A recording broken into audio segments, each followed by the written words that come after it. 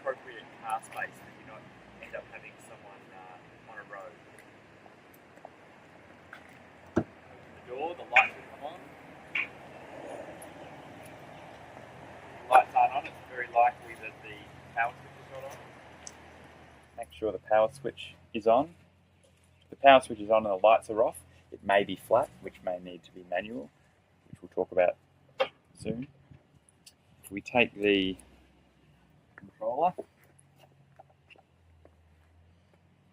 Please note, when operating the lift from the ground, always stand at a safe distance. To avoid injury, keep your hands and arms away from the moving equipment, as placing them in or near the mechanism increases the risk of harm. This ensures everyone's safety and prevents potential accidents. That is up and down, unfold, fold up. So at the moment it's up, so we want to unfold it.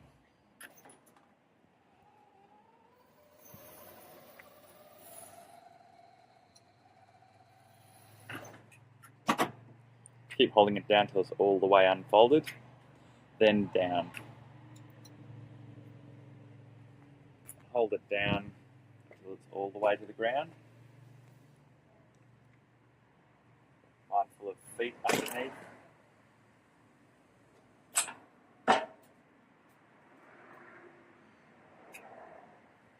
There's then a place to put this in to hold it while you get the wheelchair. On the new lifts, generally the Northern lifts, they can be automatic if you lift it back up and then back down. You don't have to do it, but for a lot of the older lifts, this hook on the side you'll manually have to lift. So lift it all the way up, unhook, and then use. So that'll depend on the model of lift used.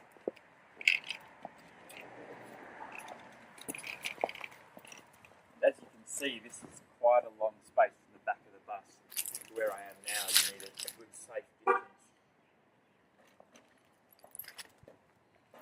Make sure there's enough room for the person's feet, that they're not too close to here, or make sure their feet aren't over the edge or there's no blankets.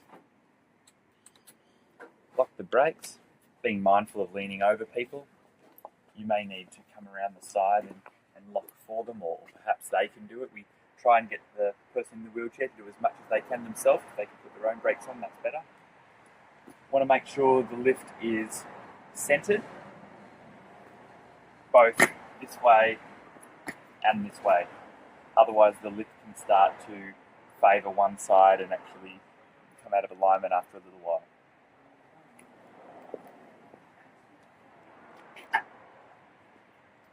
Then the up arrow here.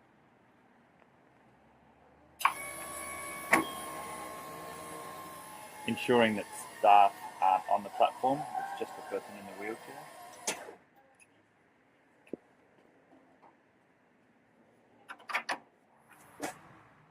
Undo the brakes, pull the person in, and stop them about here. These ones on the outside, so, Okay, so this what we're saying is we're roughly looking at where the front of the wheelchair is, and we're going maybe 3 notches out to one side to try and create a better leverage point for stability. For example,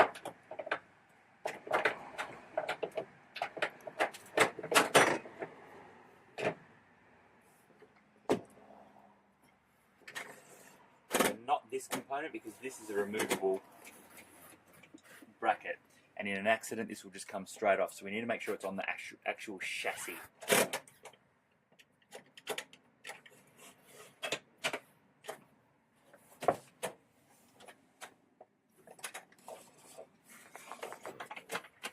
So now undo the brakes and pull this into position. These straps will automatically retract. All new buses will have these retractable. Some might be manual where you need to ratchet them into place. Strain on your back to move around the back. Easy and comfortable for you to maneuver around the wheelchair, then do so, being mindful of the person sitting in the wheelchair. But if not, and if there's any risk to you or the person, then take your time, walk around the outside, lower the lift, hop on, come back up, back into this position. So now, these ones need to be in line with the wheelchair chassis.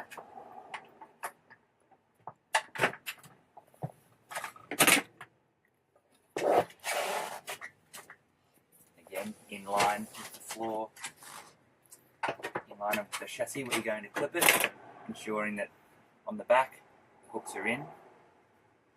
And then Brakes are on. twist. You'll probably get only a couple of twists, ensuring that the brakes are off now.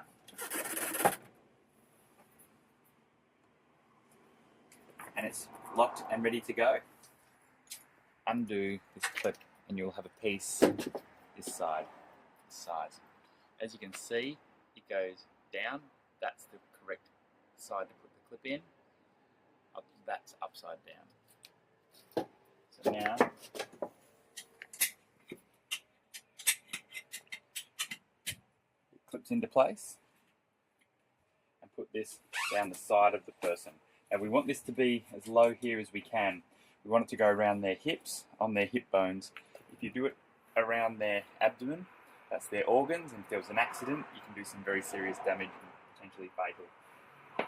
So we have very low down here.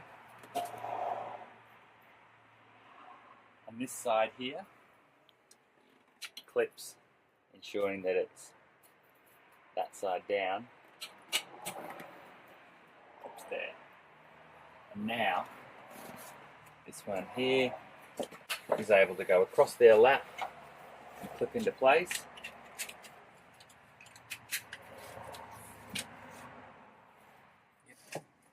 So now this is clipped into place.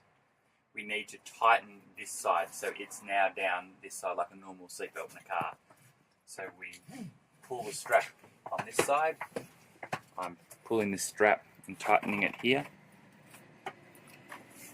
And this person now has a low seatbelt with the adjustable strap over here, just like a normal seatbelt. It's vitally important to use the seatbelt, to strap it into position like I just did, because sometimes people will have a belt on their wheelchair to help them stay in their wheelchair. That's not a seatbelt, not tested by the standards, and doesn't comply with road safety. So if that person, if the wheelchair's strapped in and they've got their normal wheelchair seatbelt, then it will not comply, and you could be fined, the driver could be fined, but also worse, in an accident, that seatbelt likely won't hold. So we must, under all circumstances, use the proper tested seatbelt here. When you're going down the lift, make sure you hold on to the handrails. That includes if you've got the controller, at least one hand on as you're going down. Also, this applies to when people have a wheelie frame. They've locked their brakes on, you'll find people wanting to just hold on. Make sure they let go of their wheelie frame and hold on to the sides. Just so you know, when the lift isn't all the way up, this isn't a ramp to get some sick aerial wheelchair moves. It must be all the way up. You can still operate this even if you don't have power, and this is what this part here is for. It's emergency backup, or we just call it the backup pump. So you've got this handle here, which is found on the back of the unit. It's got little slots in the top, and it operates exactly the same as a car jack. You'll see when you change your tyres.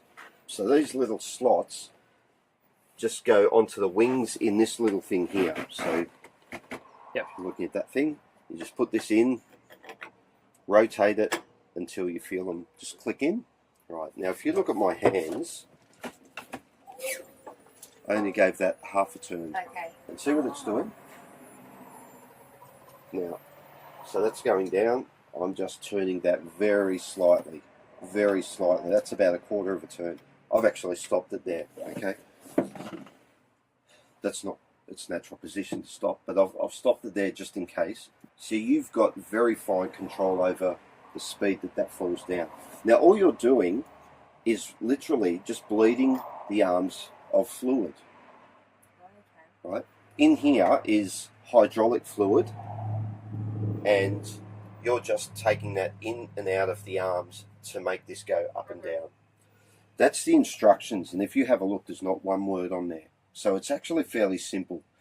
But, like anything, Murphy's Law comes in, you're going to find that this thing may fail when it's a 40-degree day, or, you know, it's sleeping sideways, or it's 5 to knock off time, and you're really in a hurry today. So that's when people panic, and they think, oh God, I don't want to read that, I don't know what I'm doing. They'll call 000, they'll call the fire department. We have all of this sort of stuff, RACV, everybody calls it. It's not really their job. It's the person that drives the bus that should know how to operate this stuff. Right? It sort of surprises me that people would drive a bus not understanding how to use the equipment. But it is fairly simple. If you wanted to have a look at that, it explains how this operates. But it's just as easy for me to tell you. And it really is not rocket science. Right? So just to operate that, you're literally just opening up like a tap.